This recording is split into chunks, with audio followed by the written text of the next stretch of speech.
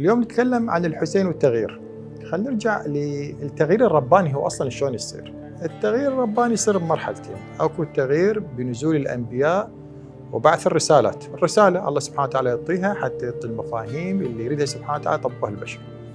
المرحلة الثانية بعد الرسالة هي الصيانة والصيانة لهذه الرسالة. الصيانة يقوم بها الأولياء والأئمة سلام الله عليهم حتى يحافظون عليها من الانحرافات.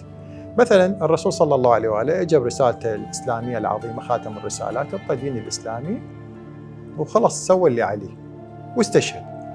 من نجي إلى مهمة الصيانة، الصيانة تأخذ نوعيتين.